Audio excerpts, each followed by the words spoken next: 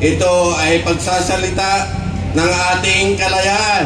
Katulong natin ang sambayanang Pilipino sa buong mundo.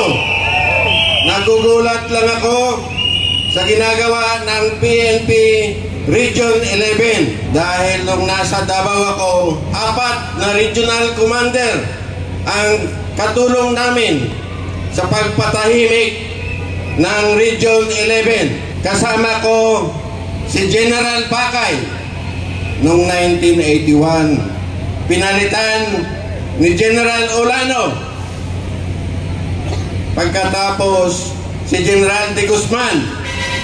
At ang pang-apat ay si General Tangatwe. Alam ng mga taga-Davao kung ano ang nangyayari doon sa lungsod nila. Ngayon, nagulat na naman ako dahil ang ginawa ng PNP Region 11 ay wala sa sinatawag namin sa Army na rules of engagement. Dahil noong kami pa ay nasa Region 11, ang palaging reminder ng mga commanders ng Region 11 PNP ay mag-operate tayo na sinusunod ang batas at walang human rights violation. Hindi ko yung patatagalin pa para mapakinggan natin ang hinaing ng ating kasama dito, PMA Class 77, si General Simoy. General, bigay-pugay mga maisot!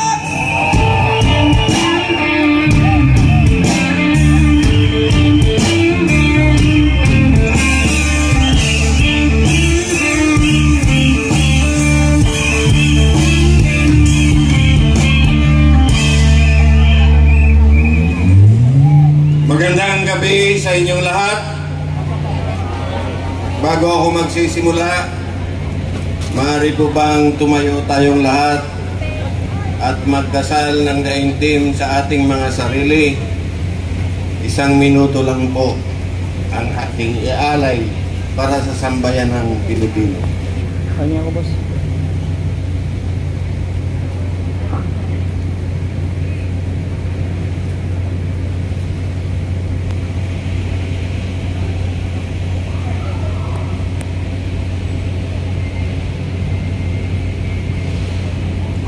Maraming salamat po sa inyo at pakipalihog lang mga lingkod tang tanan.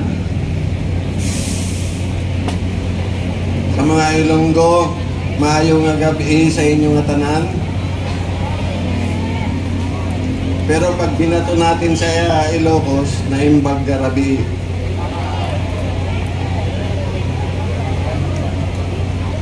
Ako po ay isang Ilonggo. Pero lumaki po ako sa Mindanao. More than 30 years. Dahil yung father ko assigned sa Mindanao sa Philippine Constabulary. Ako po ay nandito dahil nagugulat ako sa ginagawa ng ating PNP sa Region 11. Ang Region 11 ang pinakamamahal kong lugar sa Mindanao. Bakit? 10 taon po ako na-assign doon simula ng 2nd Lieutenant. 1981 hanggang 1991. Sinabi ko na po ito nung una kong magsalita dito. Pero para sa kalaman ng ngayon lang ako nakikita dito. Maraming salamat at dumalo kayo sa pagtitipon na ito. Ito ay pagsasalita ng ating kalayaan. Katulong natin ang sambayanang Pilipino sa buong mundo. Nagugulat lang ako sa ginagawa ng PNP Region 11. Dahil nung nasa Davao ako, 4 na regional commander ang katulong namin sa pagpatahimik ng Region 11 para Maniwala ang mga taga Region 11 na PNP. Kasama ko si General Bakay noong 1981. Pinalitan ni General Olano. Pagkatapos si General De Guzman. At ang pang-apat ay si General Tangatwe. Hindi ko makakalimutan ang instruction sa amin. Ako ay nasa Philippine Army. Assign ako sa RUC 11. Ang tinatawag natin ngayon na Eastern Mindanao Command. Si General Echeverria ang commander ng RUC 11. Ito ay para malaman ng mga tao sa Davao na hindi namin kayo pinapabayaan nung magulo pa ang Mindanao noong early 80s. Alam ng mga taga Davao kung ano ang nangyayari doon sa lungsod nila. Pasensya na kayo kung minsan hindi ako makapag-ano ng Tagalog kasi purong Ilonggo po ako. Ngayon, nagulat na naman ako dahil ang ginawa ng PNP Region 11 ay wala sa sinatawag namin sa Army na rules of engagement. Dahil noong kami pa ay nasa Region 11, ang palaging reminder ng mga commanders ng Region 11 PNP ay mag-operate tayo na sinusunod ang batas at walang human rights violation. Yun ang totoo na ginawa ng apat na commander ng PNP sa Region 11. Kung meron man engkwentro sa gitna ng Davao na nalaman naman ito ng mga tao doon, ito ay ginagawa ng PNP Region 11 para tumahimik ang Davao. Peaceful. Ang role naman namin sa RUC 11 ay tinaasan kami ng aming commander to cooperate with the PNP and Region 11 para pare-pareho ang aming panuntunan sa paggawa ng mga operation. Ngayon, bakit nangyayari ang ganitong mga pangyayari sa buong Davao City? Isa lang naman ang kalaban nila, unarmed pa. Samantalang kami, nung panahon namin, ang NPA ay umabot sa 150,000. No, 150 lang. Hindi 150,000, I'm sorry. Nabibigla lang ako. 150 ang NPA sa Davao noon. Davao City yun. 4 ang kampo ng NPA sa Davao City. Wala pang army units sa Davao. Kaya kawawa ang PNP. Alam nyo ba kung ilan ang napatay na PNP nung nandun kami? Sa 3 buwan. Sa 3 buwan. Kung bibilangin ninyo, kami ang nakakapagbilang dahil kami ang nandoon. Hindi ito alam siguro ng mga PNP ngayon na nasa Davao. 38 ang pulis na pinapatay ng NPA sa Davao. Bakit? Sa pang-aabuso nila. Pero ang mga pinapatay noon ay nadamay lang sa mga abusado na gagawa ng iba-ibang krimen doon sa Davao City. Yan ang totoo. Yan ang hindi hearsay. So, kaya tinawag yung Marines. Ang Philippine Marines under kay then Colonel Biason, 3rd Marine Brigade. Sila yung nag-traffic doon sa Agdao. Ang tawag namin sa Agdao noong araw ay Nicaragdao dahil araw-araw may enkwentro sa gitna ng Davao City. So alam nyo na kung paano naging peaceful ang Davao sa panahon ni Tatay Digong. Ngayon, para malaman natin, kalimutan muna natin ang pangyayari sa Davao dahil wala tayo doon. Ito naman ang pangalawa na ibig kong sabihin. 2 days ago, nilaunch yung tinatawag nila na labanan ang fake news. Sino kaya ang target nila? Marami sa inyo nakakaalam. Ang target nila ay yung mga vloggers na sumusuporta sa atin. Hindi ko lang alam sa mga vloggers na sumusuporta sa kabila. Alam din namin yon. Sabi nila sa mainstream media at sa broadsheets, nagsama-sama sila labanan ang fake news at disinformation. Alam ninyo yan dahil ito ay sinabi nila in public, pinablish nila, pinasinanayan ng mga mainstream media na kalalabanan nila ang fake news. Ito naman ang ganti namin dahil ang volunteer na Pilipino ay nagtatag ng 1,313,000 na volunteers para labanan ang nagsabi na kung sino man sila magsasabi ng fake news ay kukontrahin ng mga volunteers na magpatotoo ng tunay na balita.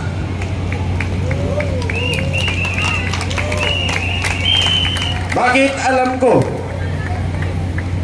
Meron pang volunteers na nagsabi sa akin sa buong Pilipinas, 275 na dating mga intelligence operatives, ibig sabihin mga batikan sa information collection sa buong Pilipinas, ay magsama-sama para patunayan kung anong nangyayari sa bansa natin. So alam nyo na kung bakit pinagdasal ko kayo ng 1 minute. Dahil malapit na tayong magsaya. Hindi nyo na kami mabobola. Ngayon, ipaalam ko na sa inyo dahil matagal na akong nagtatago. Kaya lang hindi na siguro masikmura ng aking kaisipan at ng aking puso ang ginagawa sa ating bayan. Dahil ito rin siguro ang bunga ng pinanggalingan ko na isang membro ng Kabataang Makabayan, KM, 1972. Para doon sa mga makakaliwa, alalahanin ninyo si Elmar Montebirhen. Kilala ninyo yun. Siya ang aming leader noon. So ngayon, nagsundalo lang ako dahil ang sinabi ng tatay ko, if you want change in this government, you have to join the forces that can make the change within the government. So ngayon, kung marami man ang mag-question sa akin, sasabihin ko sa inyo, bago ako nag-retire ng 2011, ay brigade commander ako ng 51st Engineer Brigade dyan sa Libis, Quezon City. Kami yung gumawa ng maraming rescue operation noong Typhoon Ondoy. Noong September, bumaha sa Riverside. Ang tubig umabot lampas Baywang. Walang makakapasok na tropa. Walang makakapasok na MMDA. nakiusap ang ABS-CBN team sa amin na samahan silang kunan ng picture yung Riverside Marikina. Pero pagkatapos na sinamahan namin sila ay hindi na pinalabas sa TV. Ano ang ibig sabihin nun? Hindi ba fake news yun? That Typhoon Ondoy, ang operation namin from Metro Manila hanggang Santa Maria, Bulacan, Cainta, hanggang around Laguna Lake.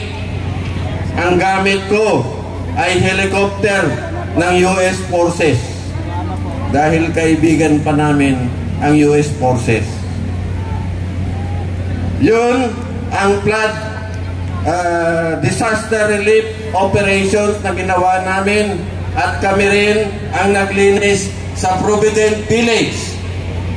Lahat ng tropa ng brigade ay pumunta ng madaling araw sa Provident Village para mag-conduct ng rescue at maglinis ng... So ngayon, sino ang nagsabi na hindi tayo marunong sa flood control?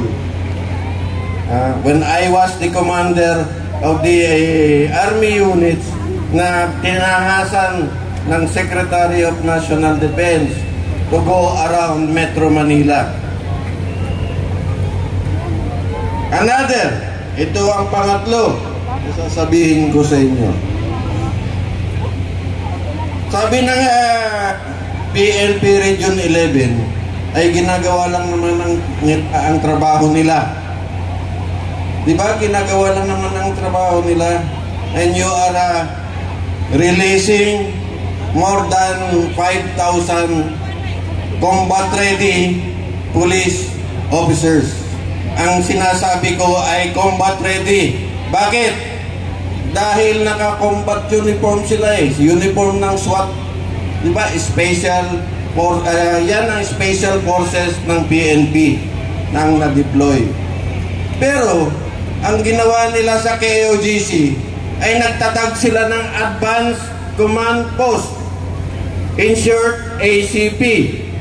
Meron din kaming Advanced Command Post noon sa pagkaalala ko sa Danag, Patikol, Sulu when I was assigned there. Meron kaming Advanced Command Post dahil ang kampo namin ay nasa gitna ng kalaban. No man's land ang tawag doon.